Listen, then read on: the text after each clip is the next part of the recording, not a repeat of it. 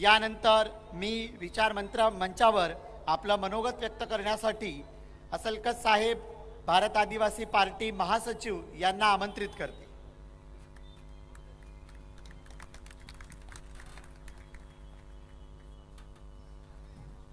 धन्यवाद। आज चोपड़ा की इस पावन धरा पर भारत आदिवासी पार्टी सत्ता संपादन परिषद को लेकर के जो बैठक हो रही है, उसमें हम लोग मध्य प्रदेश से आपके बीच में उपस्थित हुए हैं।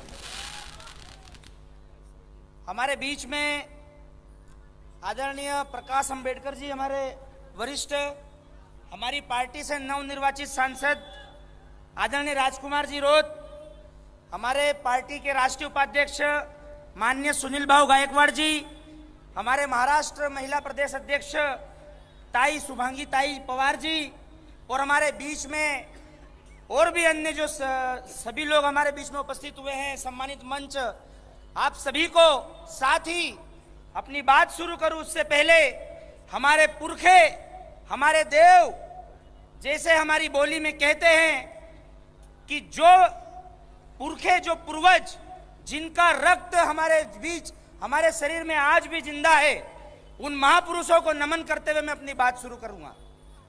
साथियों, आज आपके बीच में चोपड़ा की इस पावन धरा पर यह जो आयोजन होने जा रहा है, इस चीज को आपको समझना होगा। पूर्व वक्ताओं ने आपके बीच में कुछ बातें रखी हैं, हम भी ज्यादा समय ना लेकर के कुछ बातें आपके बीच में रखना चाहेंगे।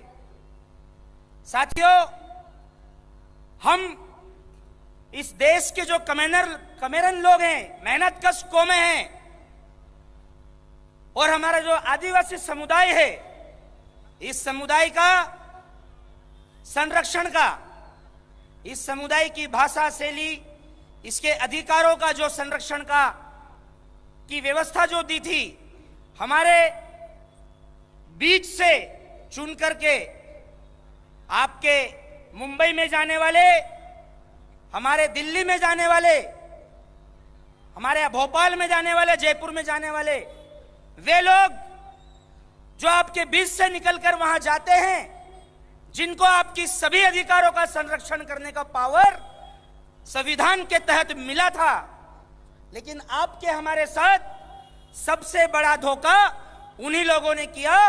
पिछले, जब से देश आजाद हुआ, जब से सत्ता शुरू हुई, तब से लेकर आज तक वे लोग आपकी आवाज व्यवस्थित तरीके से, या यूं कह ले कि बिल्कुल भी उठाने में सक्षम नहीं हो पाए। साथियों, जब आपके बीच से चुना हुआ व्यक्ति वहां जाता है, तो उसको आपके क्षेत्र की, आपके इलाके की, आपके समुदाय की, आपके क्षेत्र के पूरी व्यवस्थाओं की बात वहां डंके की चोट पर रखना चाहिए। जैसे वर्तमान में भारत आदिवासी पार्टी से हमारे नवनिर्वाचित सांसद महोदय Rajkumar ji point two point व्यवस्थित तरीके से अपनी बातों को, क्षेत्र की समस्याओं को, समाज की व्यवस्था को वहां पर ले जाकर के रखते हैं, इस तरीके वे लोग इस व्यवस्था को व्यवस्थित रूप से उस बात को नहीं रख पाए। इसलिए आप सभी से निवेदन है कि ऐसे लोगों को वहां नहीं भेजना है जो वहां जाकर के गूंगे बहरे बन के बैठते हैं।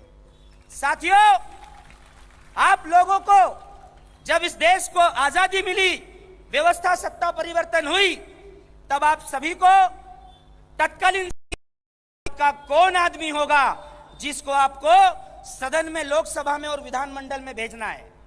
साथियों, इसको हम सिलेक्शन प्रणाली भी कहते हैं, जो अभी वर्तमान में हमारे भारत आदिवासी पार्टी के बीच में बेहतर तरीके से और पुरजोर तरीके के साथ में सिलेक्शन करती है। आपके बीच से आपके आदमी को सिलेक्ट करती है और उसके बाद उसी सिलेक्ट हुए व्यक्ति को इलेक्ट भी करती है और वहां भेजती है, तब जाकर के वो आदमी आपकी बात बेहतर तरीके से रखता है। लेकिन वर्तमान में जो लोग आपके बीच से चुनकर के वहां जा रहे हैं, क्या उनका सिलेक्शन आपने किया? क्या आप लोगों ने मिलकर के उनका सिलेक्शन किया? नहीं किया। आपने केवल 1951 से लेकर के वर्तमान के आज दिनांक तक केवल और केवल इलेक्ट किया है, आपको सिलेक्शन का पावर नहीं है। और वो खूबसूरती हमारे भारत आदिवासी पार्टी के बीच में जब हमने इसका व्यवस्था कायम की तो हम सब ने मिलकर के, हमारे संस्थापक साथी हैं, बड़े भाई हैं राजकुमार जी, और सब ने मिलकर के ये व्यवस्था की कि जो व्यवस्थाएं अन्य दलों में नहीं है वो उभर करके हमारे बीच से अगर कोई व्यक्ति चुनता है तब जाकर के हमारी बात को वो विधानमंडल में जाके रखेगा। इसलिए हमने ये नियम, इस व्यवस्था को उसमें कायम किया।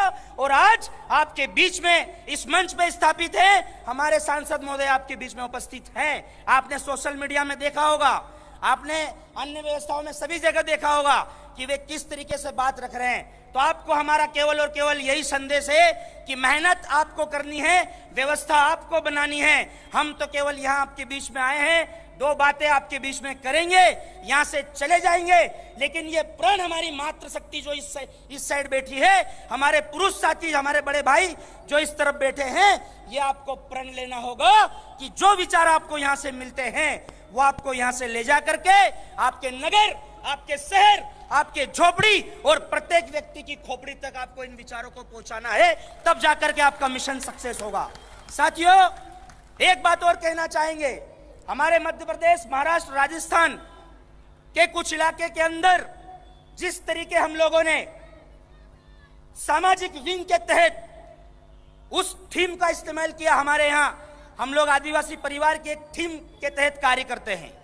वो तरीका जब हमने अपनाया, उस तरीके को हमने जब अपने ऊपर लागू किया, अमल किया, और उस तरीके को जब हमने अमल किया तो हमारे बीच में बहुत ज्यादा प्रतिशत में हमको सफलताएं हासिल हुई।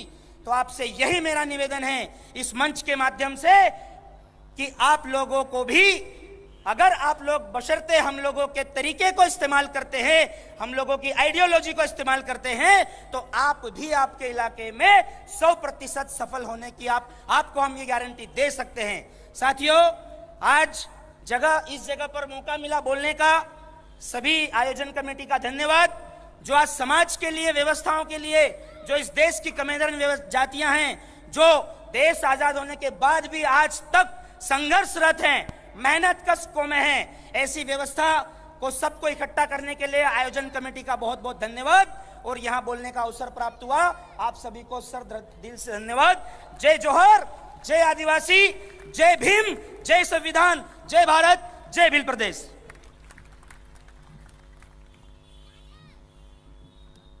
धन्यवाद असलकश जी, आपने आपकी जो मंशा और भूमिका, आपके अनुभवों के साथ हम सभी के साथ समसामयिक की, इसके लिए मैं वंचित बहुजन आघाड़ी और भारत आदिवासी पार्टी के संयुक्त रूप से आपका शुक्रिया अदा करती हूँ और आपको ये विश्वास दिलाती हूँ कि जो परिवर्तन आदरणीय रौत साहब जी के नेतृत्व में आदिवासी समुदाय ने राजस्थान में किया है, वही परिवर्तन आदरणीय बाला साहब आम्बेडकर जी के नेतृत्व में महाराष्ट्र में आदिवासी, ओबीसी और यहाँ के दलित अल्पसंख्यकों की राजकीय युति के द्वारा होगा।